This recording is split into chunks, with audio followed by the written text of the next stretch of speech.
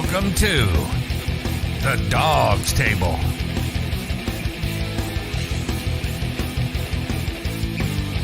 Hosted by Craig Fountain and Jared Fatty Bates. Get access to special guests.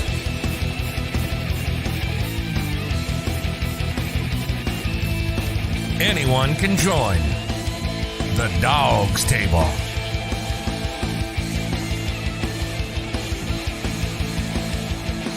Find the link to join the show in the comments when we go live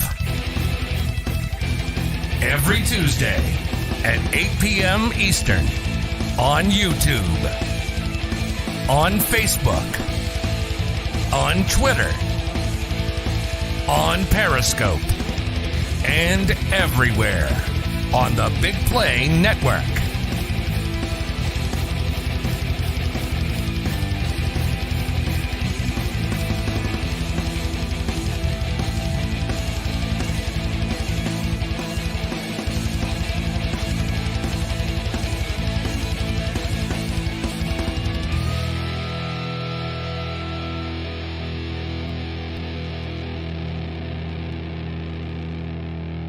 Here's your hosts, Craig Fountain and Jared Fatty Bates.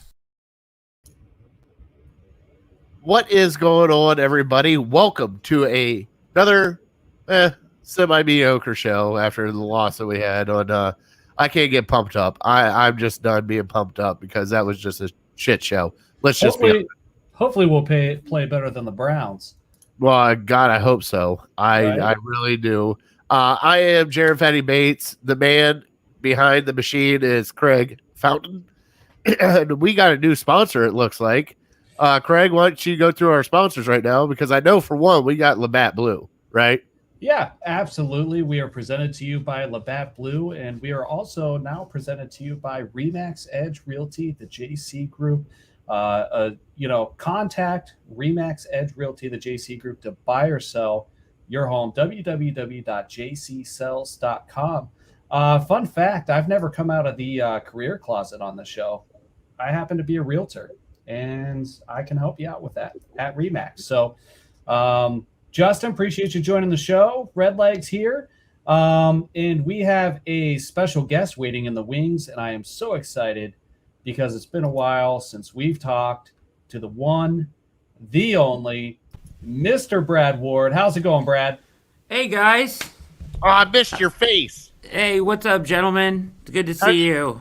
How you doing? You're dodging my text messages, by the way. I feel kind of hurt about that. I'm making sure if I didn't respond, I just didn't see it. I apologize. I didn't mean to dodge anything. You're a busy man. I get it. I was just worried about you. Make sure you're doing good. How's all Cleveland? It's good. It's good. Things are well. I'm releasing a All Eyes on Cleveland newsletter in the coming days. Yeah, so you can go to the website and enter your email in the email capture, and we'll get that sent out to you. It's pretty good. I think fans are going to like it a lot. Outstanding. And Brad is the host of the All Eyes on Cleveland podcast. And Brad, you still writing for USA Today, the Browns Wire? Of course, yes. USA Today Sports Media Group's the Browns Wire with Jared Mueller, Jeff Risdon, and all those guys. Yeah, so that's great too. All right, and we're just gonna kind of get into it. There's we're coming into the bye week, so This is definitely going to be a recap reaction episode. We don't really have a game to get into towards the end of the show, so we can really dig into this and see kind of how's my mic. I'm quiet, Jared. Yeah, you're a little quiet. Like I hear Brad's. Everybody's good. It's like you got a little bit of gain issue. Like. Anybody else that's listening, please, because it's a live show. If it's me and my headphones, just tell me. I can hear you. Okay. Okay. Fair enough. All right. So maybe I just need to get a little closer here, but we're gonna go through some recap stuff, and I think the best place to start is gonna be our Twitter poll. And here is the Twitter poll that we ran this week. Before, actually, I almost forgot. For those of you that are new to the show, the Dawgs Table is a round table discussion show. Everything Cleveland Browns. We're going to post a link in the comments here. Part of the way through the show, you guys can click the link. You can video chat with us, bring anything to the table you'd like. We are also featured on the BIGPLAY network, so you can find us everywhere BIGPLAY. But here is the Twitter poll of the week, and we asked, are the Browns truly in the hunt for a playoff berth?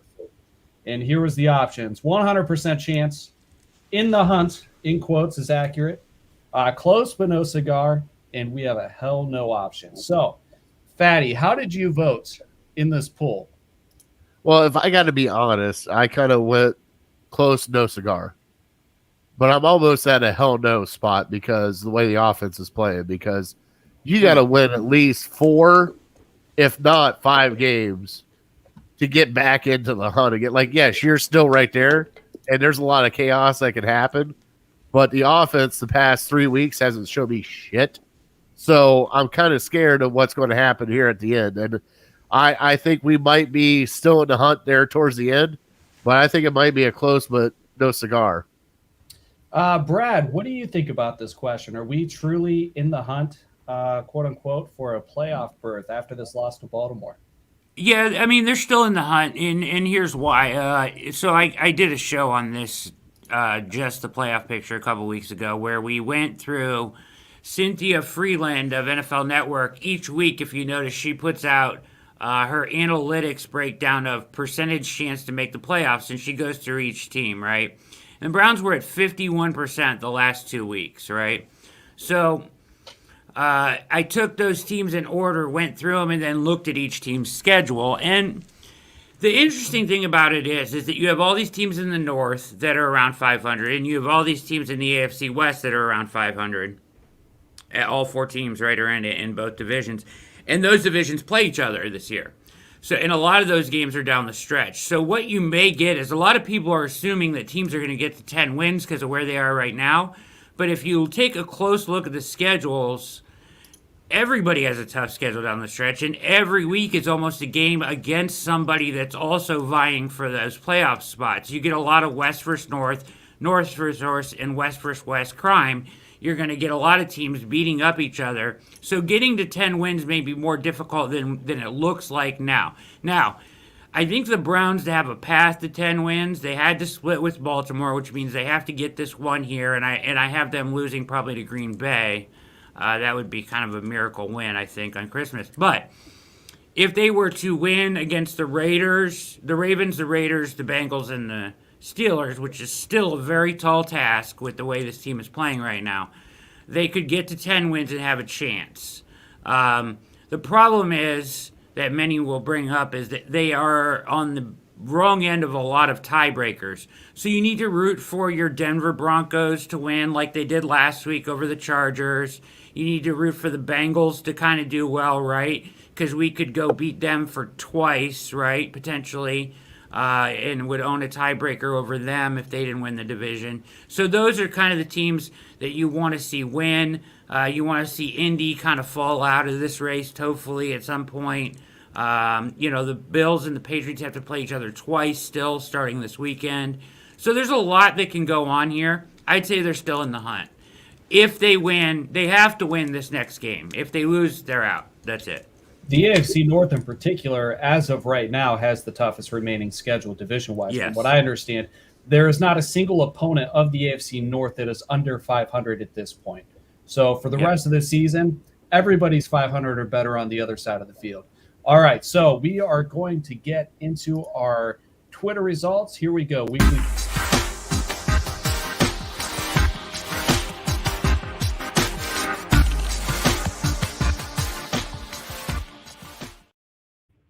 All right, I was late on the video, so I threw it there in the middle. So here we go. Well, let me ask you, Brad, did you happen to see the results of our poll? I did not. Okay, we got a lot pins of and votes. needles. We got a lot of votes on the poll. Knowing, especially Brown's Twitter, how would you guess that the results came out on this poll? Probably somewhere. I would think the two highest would be In the Hunt and Close But No Cigar. Probably a little. I'll give it a little edge to Close But No Cigar. All right, so here we go. Twitter poll of the week: Are the Browns truly in the hunt for a playoff berth? 100% chance, 4.8%. Did get some votes from some optimistic Browns fans. In the hunt is accurate, got 31.2%. Close but no cigar, 37.6%. Yeah. Hell no, 26%. Your brother. Hey, he tried to come in hot on illegal ham, bud. So did he get shut down? Is that what's going on? I shut him down on illegal ham. That's not the kind of show that we do. So he's wanting. Oh, and he beat Craig and Fancy. Yeah. All right, I see where this is going. All right, so that was the results of the Twitter poll. And Fatty, what do you say we move on to our dog of the week? Are you down for that? Oh, we can do that. Why not? All right. I'm going to let you take the lead on this one. I'll get that link sent out to BJ. Here we go. You ready?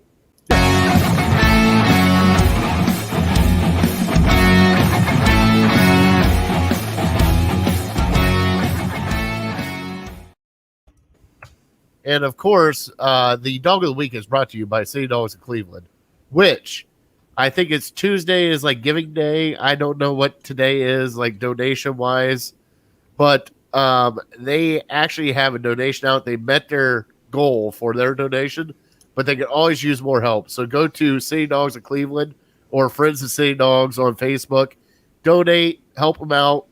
We did it today as a group, so just let it. But the dog of the week, Ethan is the dog of the week. Established around 6 years old, weigh 51 pounds. And now I got to read other paragraphs. He's sweet, thoughtful, curious boy. Ethan can come across a little reserved at first, but he generally seems to be more quite low key of a personality. That's the kind of dog I like. Yeah. Certainly doesn't mean Ethan isn't up for a little bit of fun activity. Seems to enjoy a good romp in the yard.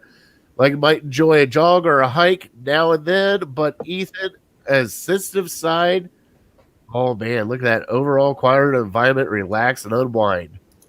So during the quiet moments, he'll learn to his person and pets. Ethan seems to bond quickly with his people. Well suited with a homebody, does seem like he is housebroken, especially once he gets a chance to learn his routine. And if you want to go adopt Ethan, get a hold of City Dogs of Cleveland at City Dogs CLE, City Dogs of Cleveland on Facebook, or call them at 216-664-3476 and get a scheduled appointment. Go meet Ethan. I mean, we have been partners with them for a very long time, and we love the City Dogs of Cleveland and what they are about. So please go donate, go adopt, go help them out.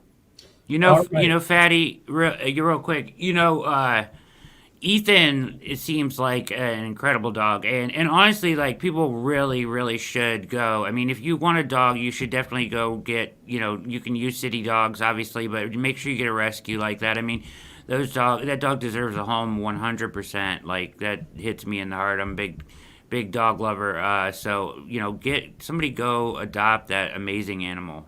Be your best friend for life. Seriously. That's the reason why we did this, because my dog is a rescue. I have friends that have rescued dogs, even though my princess is she's a little outspoken sometimes because she's a beagle and she thinks that she owns like the whole neighborhood. So that's what I got, beagle. Yeah.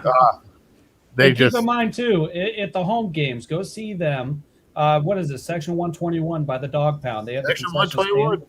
The proceeds from your purchases go to the City Dogs of Cleveland. They frequent the tailgates. We've done fan meetups and tailgates with them. It's awesome. And Fatty, your wife works with Chase Bank. We have to give a shout out. I put the link in the comments for the fundraiser. It is Giving Tuesday. Their goal is $2,500. They beat their goal, but we want to see if we can get everybody to move the meter a little bit. Fatty, what went down today with your wife and Chase? So Chase, their big thing is to double every donation for just today only. and we donated as a family, as a group, $250. So Chase chimed in with $500. So they got $750 today just from us. So if you guys can help them out, it will help them out so much in food, in shelters, in events that they do to kind of help everything out. So if you guys can, please donate. He put the link up in the comments. Click on and donate, because I mean they have been part of us pretty much ever since we started. They've been a great part of us, and we started this segment just because of them, because we want to show a dog of the week and what we think are dogs of the week.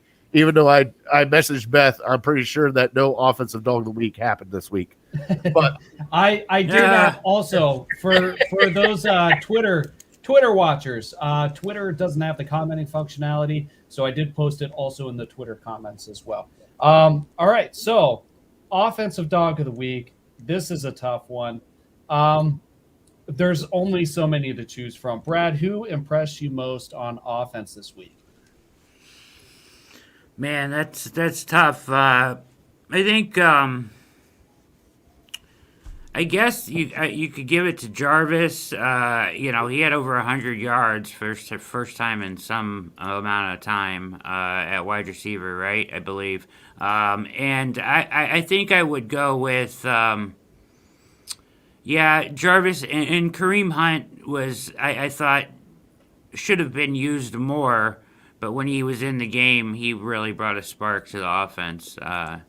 What little offense there was. So definitely them, and it could have been, unfortunately, Harrison Bryant if he wouldn't have gotten injured. I feel like he was about to have a coming out party there and before he got injured, so he was having a big game. All right, Fatty, who is your offensive dog of the week? Red Leg threw out there a guy named Blake. Blake. It's hard, but you got to go with the juice. The juice showed up, 6 receptions, 111 yards. Even though he had the one, whatever the play call was of Baker, 45. Hey, Brad, just wait. I got a question for you that's going to blow your mind. But it just, oh, damn it. Where are you into it? But it just, I think Jarvis played a great game, and especially with his run blocking and everything else, I think he did great. So I'm going to go low-hanging fruit, Jarvis. All right. I am going to give the middle finger to almost every Browns fan on the face of the earth. My dog of the week this week is none other than Baker Reagan Mayfield. And Megan? Yeah, you know what? I got so excited I twisted up my words, but I'm going with Baker Reagan Mayfield. And, I think that he had an uphill battle in this game. And I think that a lot of his criticism, I don't think is real fair to Baker. Okay. Can I rebuttal? All right. Absolutely. So I don't really have a problem with a lot of the game that he played. The biggest problem that I have with because guys weren't really getting open a lot, right? So that 18 for 37 is a horrendous completion percentage. So let's just that's below 50%. That's not okay. But that's not just on him. That's on the offense. What I do have a problem with is when you do call a screenplay and set it up perfectly, and you have a walk-in touchdown to Kareem Hunt, and you somehow fumble the ball behind you while you're pump faking, and all you had to do was lob the ball to Kareem Hunt, and he would have walked in for a touchdown, and you probably would have stole that game. You're not wrong, Brad. That play is one that I think he'd have back. I never thought in my lifetime, Craig, that I would be so appreciative of someone being able to throw a freaking screen pass. I'm with you. It was hard to tell, and I don't know. It was hard to tell. I kind of felt like there was some on-field conditions that played a role in that particular play where he. Oh, come on! What are you talking about? These guys were slipping all over the place.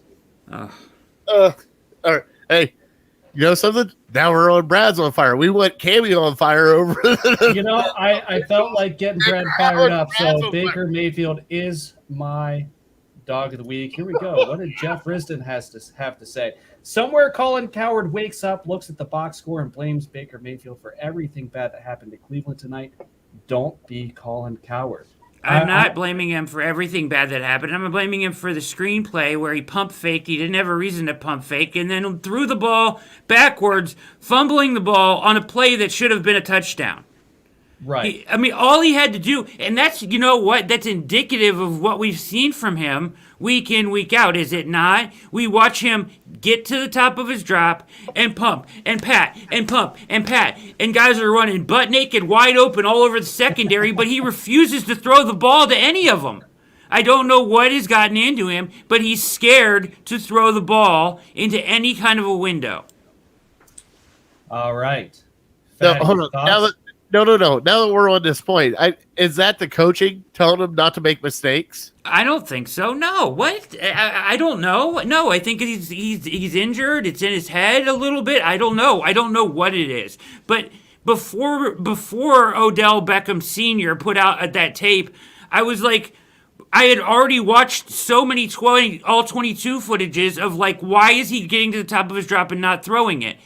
Donovan Peoples-Jones was open. Then he got hurt. Then Odell's open on all these plays, but he won't let the ball go. Sometimes it's right in front of his face on a drag route, and he'll look right at him, and he won't let it go. And I don't know why. It can't be. The coach cannot be saying, don't throw it to the wide open wide receivers. Like, that's not happening, right? At some point, he has to let the ball go. In the Bengals game, he got to the top of his drop, and he just threw the ball to the right read, and it went there. In all other games around that, he will get to the top of his drop, and he never lets it go. He pats, he ducks, he tries to move around. All those sacks are on him. He has enough time to throw, but I don't know what he's doing. Like, because you go to the all-22, and you're like, they must be covered like blankets with the way he's patting the ball back there, right? Like, they must be covered so well. They're not. They're open. He just won't throw it. All right. And, to build on that, the title of tonight's episode is Not Your Father's Browns. Pun intended, Kareem Hunt's dad. But, it is what it is. All right. So that's pretty good. Now that I got everybody riled up, I think the juice is the obvious answer. I think that we need to temper some of the criticism or expectation around Baker Mayfield. I think this is very much a broken offense in probably 8 out of the 11 positions on the field are relatively broken, maybe 7. I think that Nick Chubb, Kareem Hunt, I think that Bitonio, I think that Treader, I think that those are the 4 bulletproof guys. I think that what do you mean by broken? What do you mean by broken? It's not working. The system's not working. I need receivers. All right, not for lack of talent. I mean, they have talent. The talent is there, but when you're talented enough to be Austin Hooper, to be David Njoku, to be DPJ, to be Jarvis Landry, if it hits you in both of your hands, it should stay in both of your hands, and it just doesn't happen. But they can't get any separation on the outside, or at least they couldn't against Ravens. If the ball hits them in both their hands, they aren't hanging on to it. And furthermore, when you look at Wills is getting beat. All right, you can't be sitting here saying that some of this is not on Baker Mayfield. No, absolutely not. That's not what I'm saying. Some of it is on Baker. I think he has been a below average quarterback, and that's being kind this year. I think that the majority of folks want to put 80+% of the blame on Baker Mayfield. I think that he deserves far less blame and criticism. If they were winning these games, who would be getting the credit? Well, not Baker Mayfield. No, it would be Baker Mayfield. We should have had this conversation last week. We did. Last year, he was everybody was raining down praise on Baker the last 6, 7, 8 games of the season because he was playing great, right? And they were winning and they went to the playoffs. But now he's playing like, he's not even, I wouldn't even put him, his performance this year, and I'm not saying, Craig, that you're completely wrong because it's not just on him, but a good deal of it is. Where they have arrived is a good deal of it is. And it may be because of his injury. Like, I'm not saying it's just, like, I'm not saying that they should get rid of Baker Mayfield. I'm not one of those guys that's like, I hate Baker. I want him gone. He's not the franchise quarterback. I'm not saying that. I'm saying that this year, injuries included, I don't know to what extent the injuries are affecting him. I think they are to some point, right? But I don't know to what extent. But it can't be all on the injuries because his decision-making is piss poor. His throwing ability is unbelievably inaccurate. He has played like a below top 25 quarterback. He is underneath the top 25 in the NFL since week 3. All right. So dispute that? Do you dispute that? Maybe to some degree. I think based on what I've already said, I've kind of disputed it to some degree. I don't. What is he doing better than what I said? I don't necessarily think it's what he's doing better. I am in complete agreement with the result of what has happened. But the cause, I think we disagree on the cause and effect. We agree the effect is the same. The cause, I think, is where the disagreement lies. What do you think the cause is? Well, because I don't think that, number one, the system is benefiting him. I think that even though that he's had some throws fail, he's had some throws come short, he's missed some wide open guys, he's hit enough guys in both of their hands enough times that room, the pass catching room, deserves some of the blame. I absolutely think so. I think that having Conklin off the field is a huge issue. Fatty, I know you want to chime in. Craig, man, I love you to death, brother. I love you to death, but you can't put this on the wide receiver rooms. I mean, on everybody. There's not excessive drops in that room. I mean, maybe Odell, but he's gone. I don't know. I just listen. Like I said, I'm not trying to run the guy out of town. I want to see him back next year healthy, okay? But I'm not blaming the system on this because this system he made look amazing last year. And you know what? This is the cause of all of it, right? Teams know, like the Ravens, that if they put 5 guys at the line of scrimmage and load up the box and take away the run game, Baker Mayfield will not beat you. And he is incapable of beating you right now. And that's true. How many chances did he have to go beat the Ravens the other night? A million. He had a million chances. In fact, he had a screenplay set up perfectly for him. All he had to do was throw the ball 5 yards to Kareem Hunt and they would have won the game. He couldn't even do that, Craig. It is bad because that's what teams know they have to do. Like, you can't. It's partially on the receiver room on Sunday night because the Ravens had played well in the secondary and were getting away with a lot of holding and nobody could get separation. Humphrey gets away with, that guy holds on every play. Are you kidding me? Did you watch that? Every play. And nobody can get away from him to get open. But and a lot of their team did that, but they weren't calling that. And because of that, no one could get separation. So it wasn't all on Baker Mayfield, but 0 for 7 on the final 2 drives. He has 2 drives to go win you the game. He goes 3 and out, 4 and out. Some of that is on the quarterback, has to be. All game long, they could barely move the ball except when they successfully ran the ball on first down and could set up play action on second down. They got chunk plays from that. He made a tremendous throw to Jarvis Landry. He made one really good throw in that game to Jarvis Landry where he read around the guy in secondary. You probably saw it. It dropped in there. He got like 50 yards on it. Great throw. Other than that, he's very unimpressive. And he cannot, when given the ball, go win you the game like teams are challenging him to do. He's 2 for 8 in his career now on drives when he's down by less than a score at the end of a game.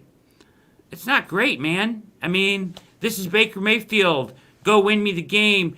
Gunslinger, clutch. Baker Mayfield, number 1 overall freaking pick in the NFL. I don't need him to be what he is now. I need him to go win me games, right? I need him to throw guys open, throw into tight windows like he did last year, make plays. He is unable to do that right now, Craig, and the whole offense stalls because of that. Because he can't make plays down the field, everything else around falls apart. If there's no threat to throw the ball down the field, then they're going to load up the box and stop the run. That's it. That's why the system doesn't work. The system doesn't work because 6 can't complete a pass down the field. All right, so what's the solution? I don't know. I don't know this year what the solution is. What they need to do is go into their bye week, right?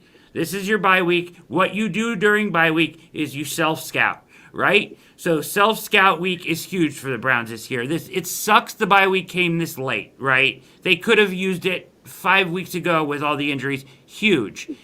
They evaluate their tendencies. They evaluate what other teams see when they scout them, and you make adjustments. Stefanski should be good with this. He's very good at this kind of thing, right? Identify our tendencies, and let's break our tendencies to find flaws in the defense and take advantage of those. They also play the Ravens twice in a row. So if they can't find a way to go win on Sunday afternoon while they go to Pittsburgh and you have a bye week to examine the tape, find every little detail and every little advantage you can take advantage of when you play them on Sunday, it is a indictment on this coaching staff if they cannot come out and find a way to win on Sunday at home.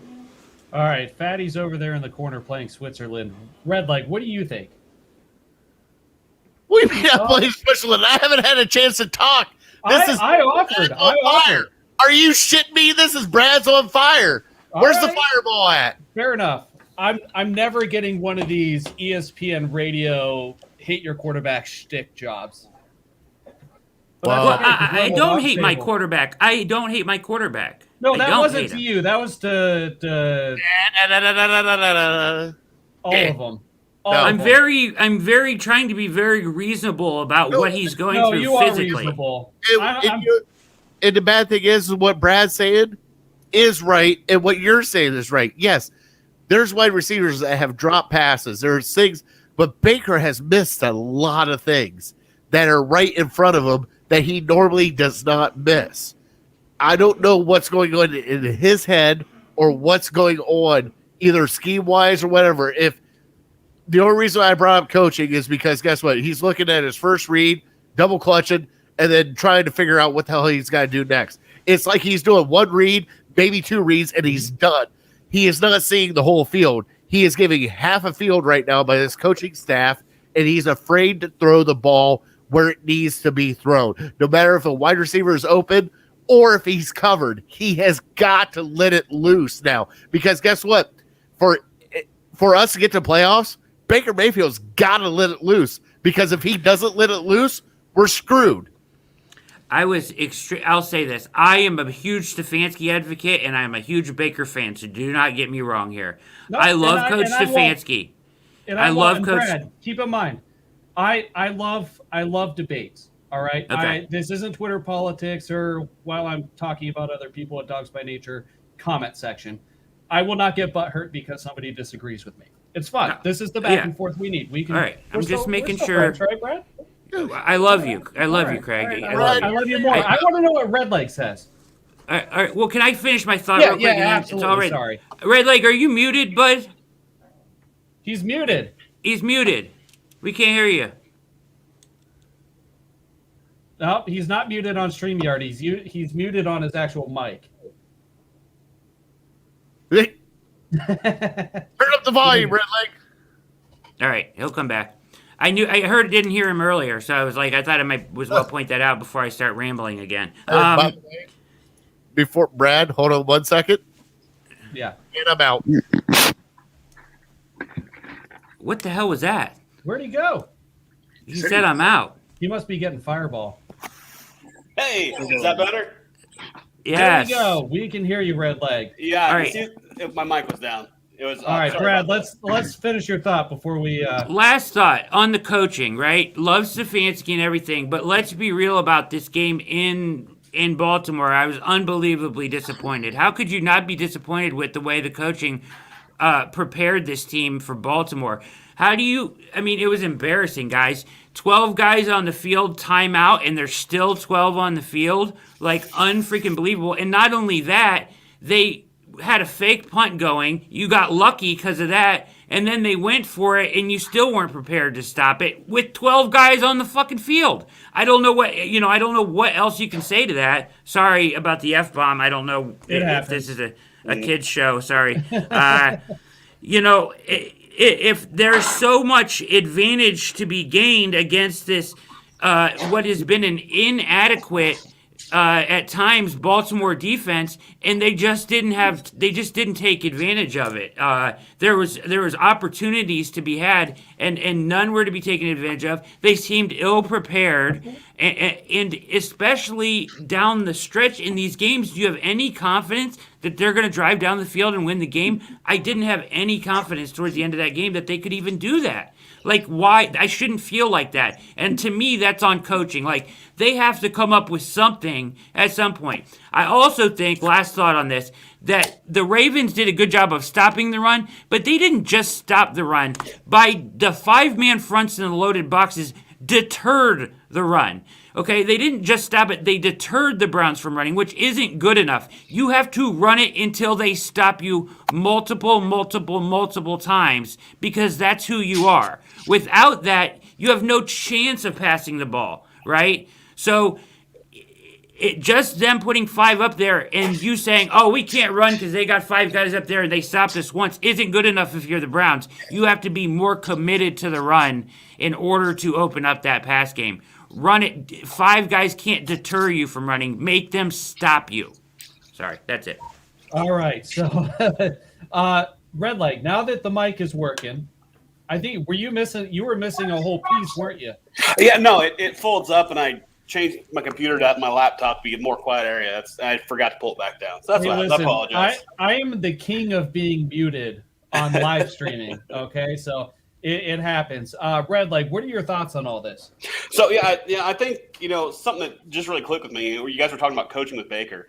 You go back to the 2019 season, and you see Baker literally week to week to week changing what he's doing. Like, you can see him changing it, going with their coaching, all that kind of stuff. So, maybe something's going on, like you said. Maybe he's not, maybe they're not coaching him to hit the open target. Well, that kind of sounds dumb, but, maybe change his reads or whatever.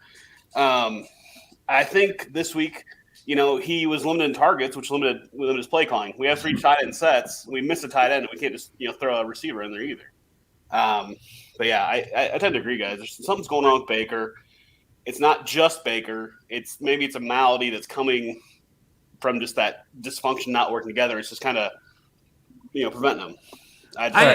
On that note, I have a problem with them. Not healthy scratch on Rashard Higgins is ridiculous to me. Yes. Absolutely. Also, you put Demetric Felton in for the one play. What was that, a 4th down? You can't do that to a guy. That's not putting a player in a position to succeed. That's the first time he got on the field and ran a route all day. He's on a 4th and 3, and he drops it. I'm sorry, he needs to be more in the offense and in the groove of the game. You can't ask a guy to walk out there cold and make that play. That's unfair and not very good coaching, in my opinion. Well, think about it that way, too. If you're throwing a guy in there at 4th down, he's not in the game. I wonder who the ball's going to go to, right? Like, well, hold on. They need somebody to get open. He's a guy that can get open. Or you have a 4th down and 12 people on the field twice. Yeah, I just talked about that. Play. Yeah.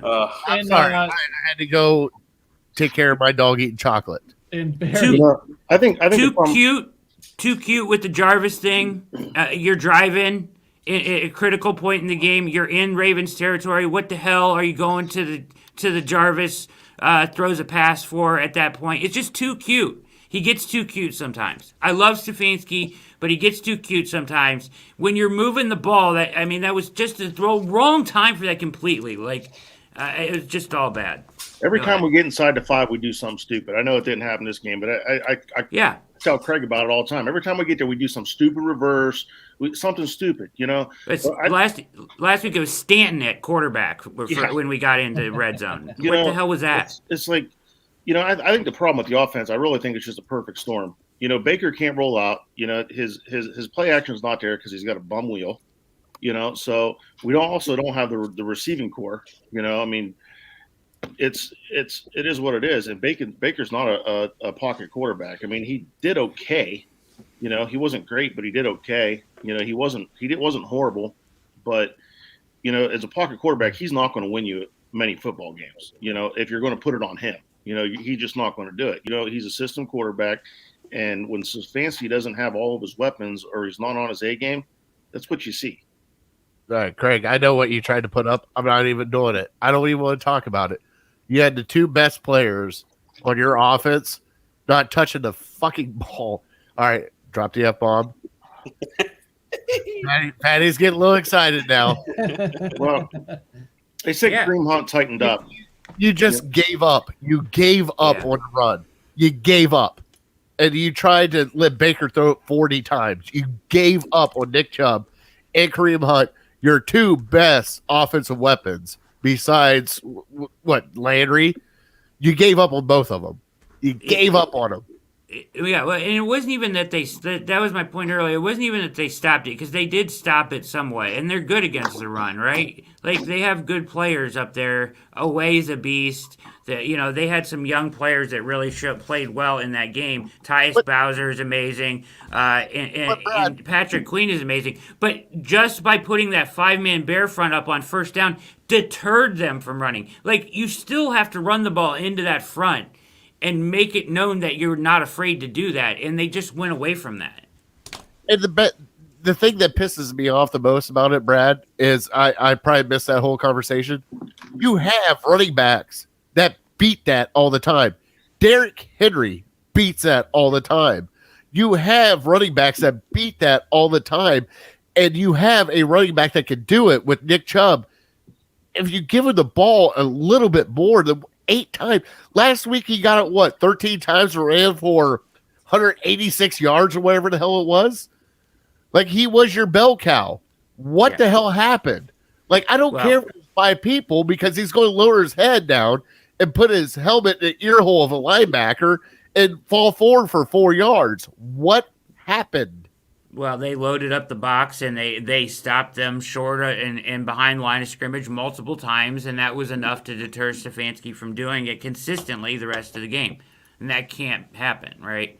It's too much of the Browns' identity to bail on in that situation. Like, him going to, we're going to throw it on you now is fine because you are loading up the box. But you can't just say, we're going to throw it on you now for the next 3 quarters and maybe sprinkle in the run. There has to be an attempt to run the ball, because the pass game is dependent on the play action game. So they have to at least think you're going to run the ball. All of the big plays the Browns had were play action plays after a run of 2 or 3, if you noticed. So, anyways. Did Chubb have any receiving yards during the game? Yeah. No. Yeah. Oh, did he? Yeah, he did. He had 23. He was targeted 4 times. He got 2 balls for 23 yards. Yeah. Oof, okay. Which was a good idea. Yeah. I thought that they should have gone to that more of, like, let's just get Chubb out in the flat and just give him the ball that way and let him do some damage, right? If they're going to load up the box like this, and they did that the one time, and he ran for like 15 yards down the sideline. Like, they should have done that more. And once again, we go back to the screenplay they had dialed up perfectly, was a walk-in touchdown for Kareem Hunt that couldn't be completed because Baker triple pumped it out his ass and backwards. So the Browns are 0-4 this season when they rush for less than 150 yards in a game.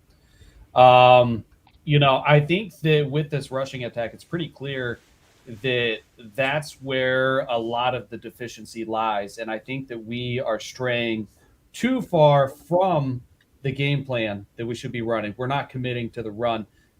We're starting to panic. In games with over 150 rush yards, we're 6-2. Brad, would you agree with that? Yeah, I agree with that. That is a flaw of Stefanski's. Like, he is quick to want to take advantage of what he sees on the field, right? So when he sees a loaded box, he wants to throw on you and take advantage of that. The problem is right now they don't have the pass game effective enough to do that. So And then who was that? Was that BJ? Do you have something? no, go ahead, BJ. If you guys, Okay. no, I wanted to ask Brad a question because all right, so we're here. So this is the question that I got asked a couple days ago. You watched Cincinnati do what they did to Pittsburgh. All right. Cincinnati drafted a wide receiver. They revamped it. Did you guys expect Cincinnati to be where they're at now? Because the reason why I got asked this question, I said it sucks for Browns fans because that's where we expected the Browns to be with this offense and where they're at now instead of where they are. I'm trying to word it right. Instead of where they were supposed to be? Yes, where they were supposed to be. Because right now, I think it's vice versa.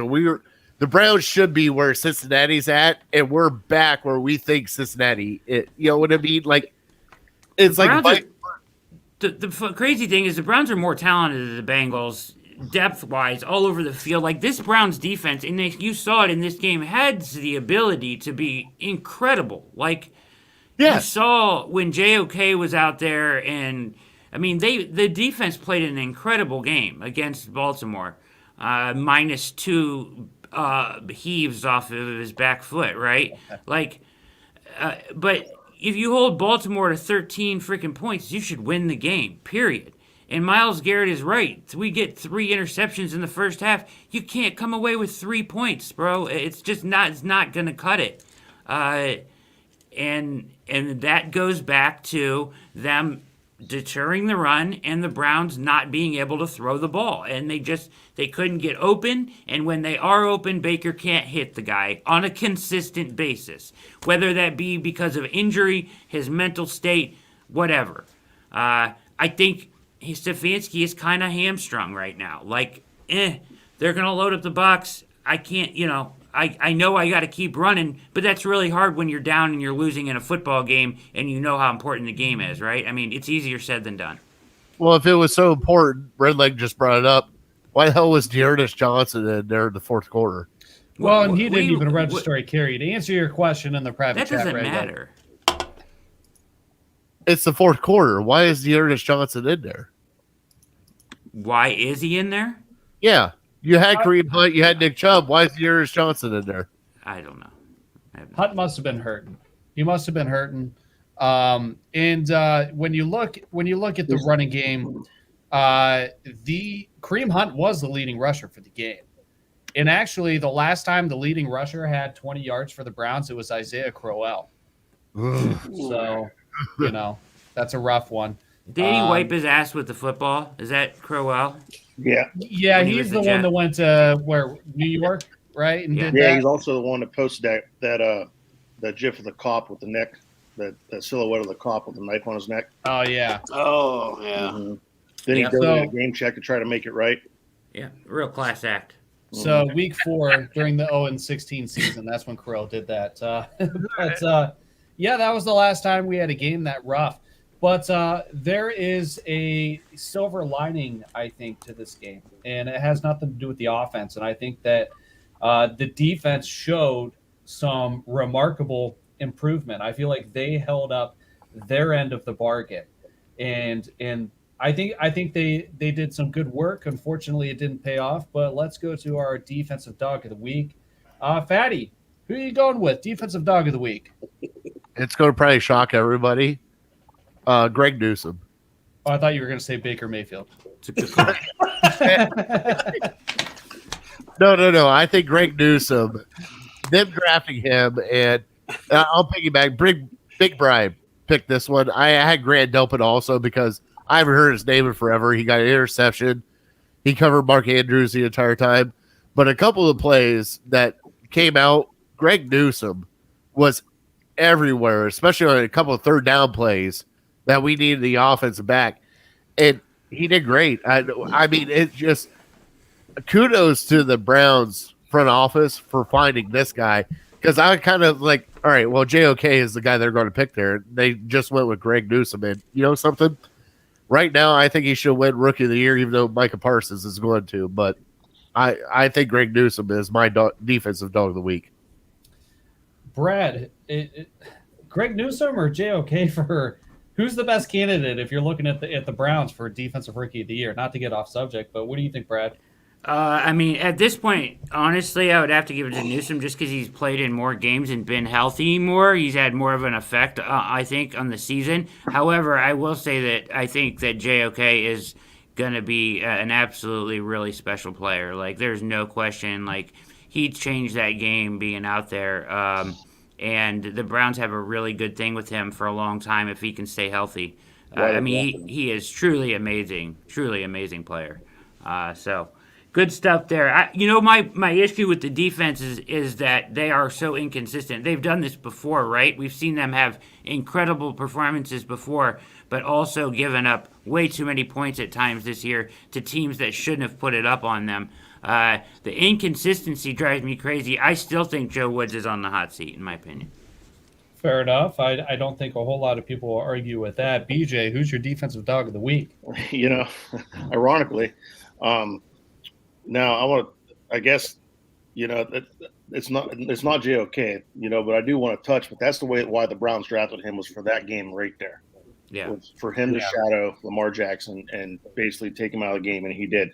But it's funny because you talk about Joe Woods being on a hot seat, and I think he's the dog of the week. I think he called a great game. He called a great game. You had Jackson running for his life all night. A couple of prayers to Andrews is the difference in that game. Joe Woods called more than a good enough game to win that ball game. And if you want to talk about it, we mentioned being on a hot seat. Look at what he's done against the AFC North this year. It's the non division games that he has the problems with. But our defense has dominated AFC North this year. But yeah, it's Joe Woods for me. Red Leg, who you got? I think the low hanging fruit's got to be JOK, obviously. I'm gonna go with Garrett though. I think his setting the single season sack tie would have hurt today. That's I'm gonna give it to him. I know he's not it's kind of maybe third or fourth down there, but man, going that record, he's got so many more games to go. He's gonna break that, smash it. Hopefully, have stellar games. But I tend to agree though too that from the games, this game is eerily similar to the Pittsburgh game. If we're building defenses to win the AFC North, like that's maybe why we're struggling in other places too. If we're so focused, because the offense lost us this game. Period. Defense, did not. So that's my vote. I tend to agree. All right, Clowney was fantastic too. Yes, he did do fantastic. fantastic. Oh man, yeah. The amount of times he was so close. He was so close. And during the broadcast, they were showing how many times he was just a hair away from making something happen. I felt bad that he didn't really get to didn't come to fruition for him. But Chris here says Garrett had a hard time with RPO directly at him, and I'll see that. Chris Collinsworth took a minute to stop talking about Lamar Jackson to talk about this, and he basically said Garrett's weakness is RPO. And he's not wrong. Two or three times he got turned around going the wrong way. Like it's not even an RPO. It's the zone run. Like it's the zone read that they run, right? Where he squares up, looks at the defensive end, either hands it to the running back going the other direction or keeps it, and he reads off that end. And a couple times Miles got caught going inside after that running back and left the whole side of the field open for Lamar. That happens to anybody, though. That's tough. And that's because the play's basically read off of what Myles Garrett does. Exactly. So whatever he does, they're going to do the opposite. It's like, if any decent quarterback is going to make the right decision on that. It's hard to blame him. I agree with you on that. The only way to counter that is you have to be able to bring your secondary up, your safeties up on that side of the ball, and be able to almost run blitz that play to stop it, which eventually they do. But the Ravens are just really good at that play. It's really hard to stop when perfected, and they have it down pat. All right. And so I'm kind of with Red Leg here. I like the way Garrett played in this game. And to reference what Red Leg was talking about, Garrett tied Reggie Camp for the most sacks in a season for the Cleveland Browns at 14. Reggie Camp in 1984 had 14 sacks. But how did Strahan get 22 sacks in a year? I don't know, but go figure it's going to take somebody 17 games to do it, to beat him. It's insane. That's remarkable. I don't ever remember him being like that amazing. Do you? It's going to take another 5-sack game from Garrett. Yeah, it's gonna. Oh. No, I'm not. I'm with Brad though. I remember watching Strahan play, but I never really felt that kind of dominance. Yeah. Granted, I'm not a Giants fan, so I wasn't watching every game. But I just didn't witness that type of play. It's a blessing to be able to watch Myles Garrett. It is.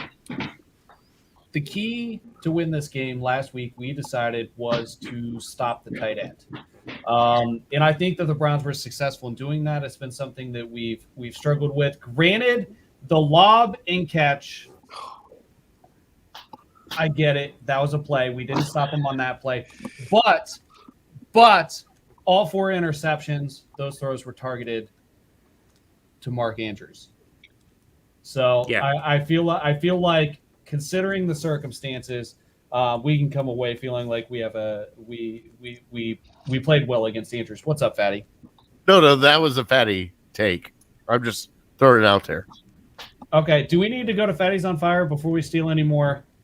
No, Brad already did it. I don't need to. Brad was already on fire. I'm good. Where's the fireball? Normally you're chugging fireball when Brad's on. I don't have any fireball. I'm sorry. I am all fresh out. If Brad was doing a fireball with me, I could conjure up a fireball.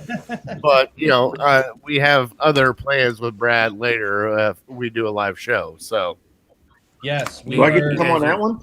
You're coming to Cuyahoga Falls? We would like to do one in the Cuyahoga Falls area. Akron, Cuyahoga Falls, Fairlawn, somewhere around there. I'll be there. Stowe, Kent, something like that. We normally do a show once a month or so, out and about. Normally we're in the Cleveland area. We've come down to my area, the Alliance Canton area. We've done one at the Brick House in Sebring. We're going to find some middle grounds. Try to find something in the Akron area. So I love it. I'll be there. Come on down to Coldwater. It'll be fun. Hey, I've already been there. I can't wait to get Craig to go over to Lima for some pizza. Fat Jacks. Yeah, buddy. Let me tell you. See, there it is. We're making a road trip over to the west side of Ohio. I tell you what, man. If you guys aren't doing a live show, I should bring you some pizza so you can either bake it yourself or have it made. There you go, Brad. I go through Lima. Brad, got to ask. You're in Cuyahoga Falls, correct? You're in the Cuyahoga Falls area. I am in Cuyahoga Falls. Okay, you got any suggestions? Any good sports bars? Any good places to hang out? Let me get a list together for you. Okay. All right. I'll get. Yeah, there's a number of them. I mean, you could go downtown Akron. You could go down in the valley if you really wanted to get crazy. But yeah, let me get some stuff together for you. Fatty needs to be able to walk to the car at night by himself. So that's all we need to make sure. No, I don't even care about that. As long as it's like a greasy spoon, like a locals kind of, like, you're walking in going, I don't know if I should be here, but the food is amazing.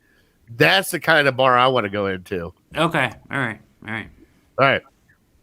We got some places like that. Sure. All right. Perfect. Outstanding. I'm looking forward to seeing that list. BJ, Red Leg, anything you want to bring to the table before we go to Fatty's on Fire?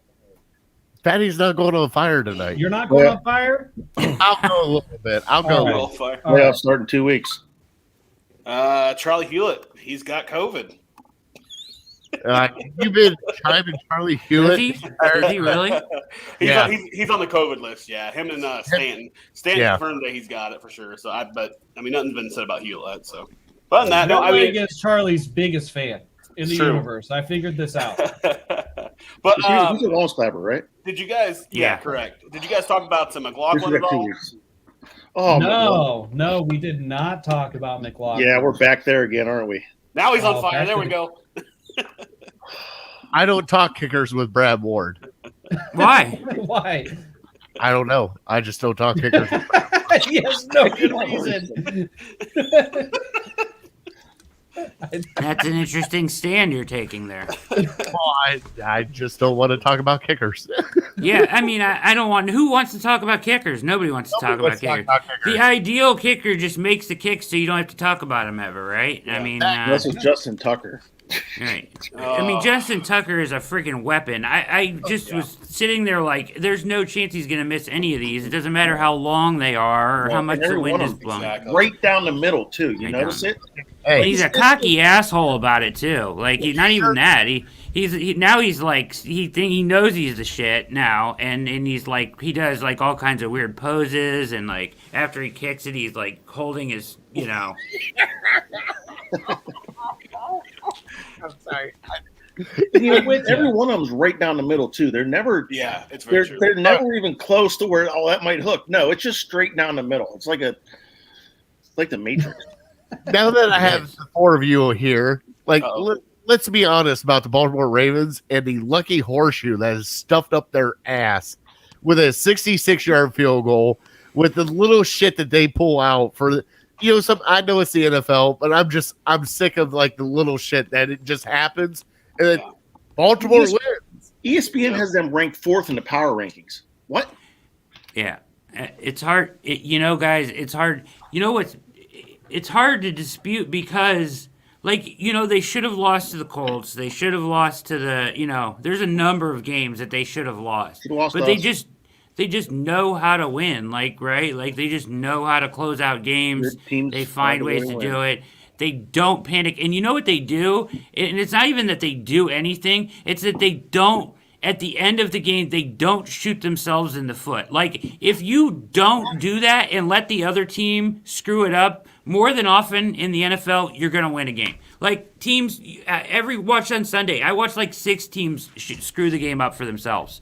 Like, more often than not, a team will lose it if you give it a chance. So if you are mistake-free, like if the Browns would just be mistake-free in the third and the fourth quarter and be somewhat efficient, they would win some of these close games.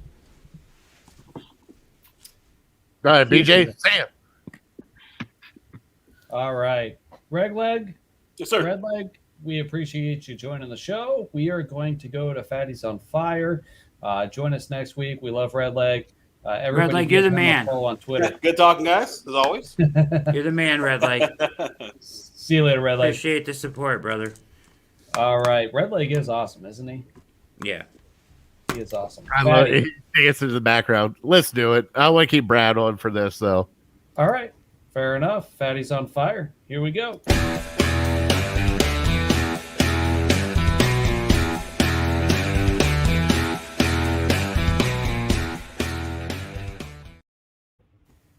Obviously, I don't have a fireball this week, but I am on fire about certain things. First off, Baker Mayfield, whatever the hell is going through your head when you're getting ready to throw a pass, stop it. Whatever it is. I don't give a shit. Go back to playing like play yard, schoolyard, ball, flag football. I don't give a shit what you do. Just let go of it. Please stop double clutching. Stop holding on to it and just let it go. Next, defense. Oh my God, I cannot thank you enough. I finally got to hear all my guys' names. Grant Delpit, Ronnie Harrison, John Johnson. I got to hear the secondary. Denzel Ward. Denzel Ward is playing for a contract, people. Guess what? Sign that kid because he's playing great this year. Also, Cloudy, glad you're back. Blake McDowell, stop hitting the quarterbacks a little late. Wide receivers, running backs, offensive line, anybody else in the NFL, you can just hip check all you want to, except the quarterback, bud. I know you want to do it. Stop it. And finally, and this is my biggest beef right here. Kevin Stefanski, if you're going to call this kind of offense, this kind of plays, this kind of just whatever we're doing right now, stop it. This bye week is for you to figure out and fix what is going on with this offense because it is not working. No matter what happens, it is not working. It is not great. It is not good. It is piss poor. All right? You have weapons all around you. Use them the way they're supposed to be used. Austin Hooper, I am so glad you're getting paid $42 million to do jack shit here in Cleveland. We should have just signed Njoku to begin with. Been done with it. Because that's what we're getting out of Austin Hooper. I just hate losing to the Ravens. Ravens and Steelers and Bengals, I hate losing to. And you had your chance. You had 4 turnovers. And you scored 10. I'm not going to cuss. 10 GD points is what you scored against the Ravens. Unacceptable as a Browns fan. Unacceptable. That's Fatty's on fire. Trivia question, guys. That was an outstanding. Fatty's on fire. But Good job, Fatty. I like it. I like the. Stop it. Stop it. Stefanski, whatever you're doing, stop it. Baker Mayfield, whatever's going through your head, stop.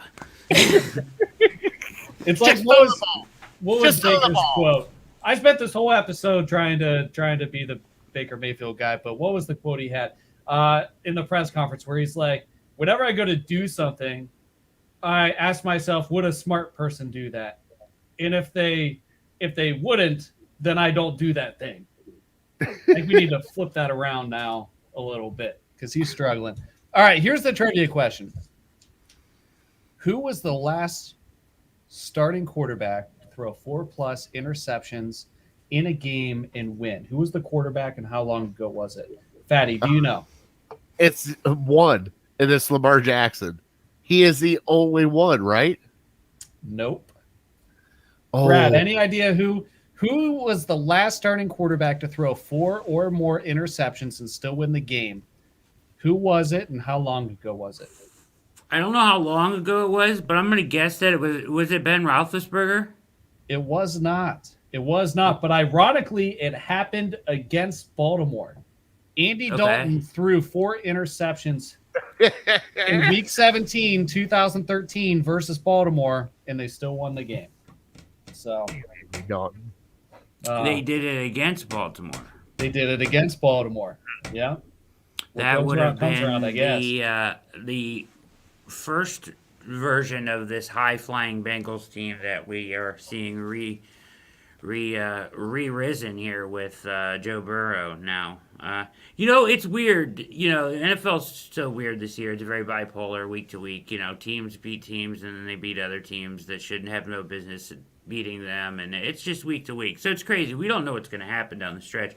Who knows, right? Somebody's going to get hot. If the Browns could get hot, that's all you got to hope, right? As a Browns fan, you just got to hope that something clicks this week and Baker gets right somehow, physically, mentally, whatever, but something clicks and the Browns get hot. And they have the ability to do that. We've seen them play clean games, not even clean games, but very good games against like the Bengals and dominate a team. Although the Bengals weren't playing well, they had just lost to the Jets the week before. I think they're a different team now. But, the adversity they're going through, it is what it is. You can't do anything about it. Each year is its own entity in the NFL. Like, there's no carryover, right? Like, so what you have to deal with, what you have to look at is the 6-6 now, a bye week, a chance to dissect this tape, find every advantage schematically you can come up with to go out and beat the Ravens, which you should do at home. You proved that on Sunday night that you probably are the better team when you're healthy, and executing. You can beat this team, especially with this week advantage. The quirk in the schedule plays to their advantage. That and the self-scout that Stefanski and them are going to do, play against your tendencies, identify the things that other teams are seeing to stop you, will help this offense, I think, down the stretch. The late bye sucks. It would have helped them huge this year if it was 4 or 5 weeks earlier, I think. But it does give them the chance to try to right the ship for a late season run. All And right. that's what you got. That's all you got to hope for as Browns fans. Before we get out of here, let me hit you, Brad, real quick with a couple quick, just rapid fire, quick question, quick answer questions. Is that all right? Fire away. Who gives the Browns the best chance to win moving forward at quarterback, Baker Mayfield or Case Keenum? Baker Mayfield. All right, outstanding. And I say that like it's a test. It's not a test. What are you doing? I don't know. I'm agreeing with him. It just came out. Like I wanted to play to play Keenum in the Lions game, but that not would have made because sense when we're playing an Owen whatever team. Right. That's what I wanted to do. I think they thought that Baker could get right against the Lions heading into this game, and it backfired on him. Right? Tactical mistake. Go ahead. Who gives the Browns the best chance to win from a play calling perspective moving forward this year? Coming out of the bye week, Stefanski calling the plays or Alex Van Pelt? Kevin Stefanski. All right. So, see, I didn't say it, Fatty. See, are the Browns going to regret letting go of OBJ with the lack of production in the receiving room? No. Okay. All right. No. Fair enough. Fatty, any rapid fire questions for Brad? I do think they will draft a receiver high next year. They should.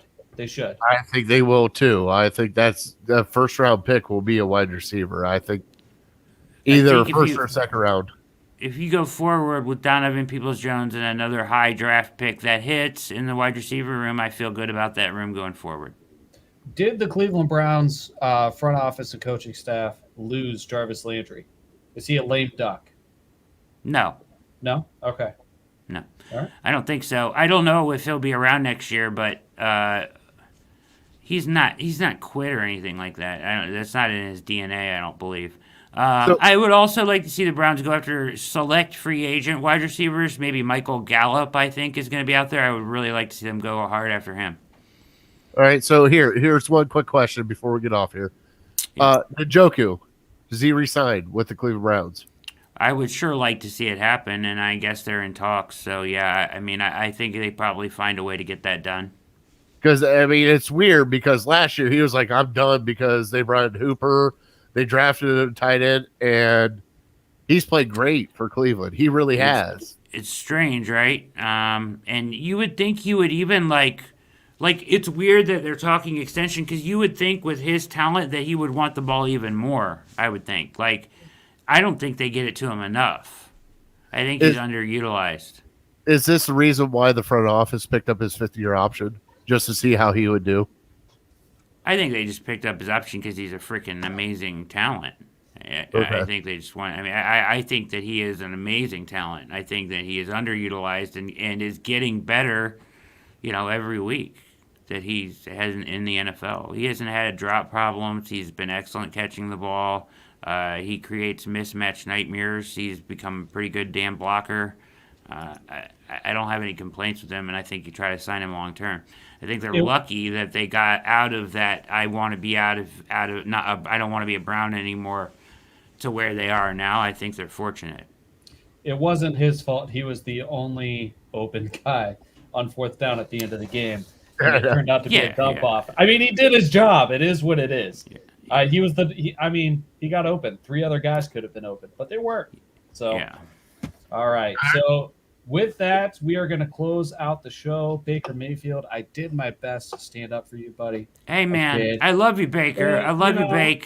But you got to get it together, man. You got to get it together. But, I'm with Brad. You got to get it together. There is room for improvement here. That is clear. All right, Brad. All we needed was a screen pass completed. That's it. Just the screen pass. Just don't fumble. Just don't double pump fumble backwards. I mean, what the hell is that? Right? That's some Mark Sanchez stuff. The butt fumble. Some serious Greg, I got to get out here because I got a kid throwing up in the bathroom right now. Oh, no. All right. Go handle that, Patty. So I love you guys, Brad. So nice seeing you again, bud. I love you. And I love you too, brother. All eyes on Cleveland. And see you guys next week. Love you guys. All right. See you, Fatty. Later, Fatty. Brad, thank you for joining the show. We appreciate it. We haven't got to talk to you in a while. We love having you on. So don't be a stranger. Anytime you are welcome, of course, and we will see if we can't do some sort of meetup and collab live in the Cuyahoga Falls area. We'd love to do that. So that would be awesome. Hey, All right. Craig, you're the best man. Nothing personal. You know that, right? Absolutely. Just like I said, talking ball, brother. we Talking ball. need healthy debate. Nothing personal. Nothing personal. Just All right, talking ball. All right. Brad, appreciate you joining the show. And, Anytime, man. Love you. All right. See you later, man. Everybody check out All Eyes on Cleveland podcast and check out Brad's work on USA Today, the Browns Wire. Appreciate you guys joining the show. We are a Browns Roundtable discussion show brought to you by Labatt Blue and Remax Edge Realty, the JC Group. You can find us everywhere at the Dawgs Table or at Big Play. We are all over the place, and we go live every Tuesday at 8. Until next time, go Browns.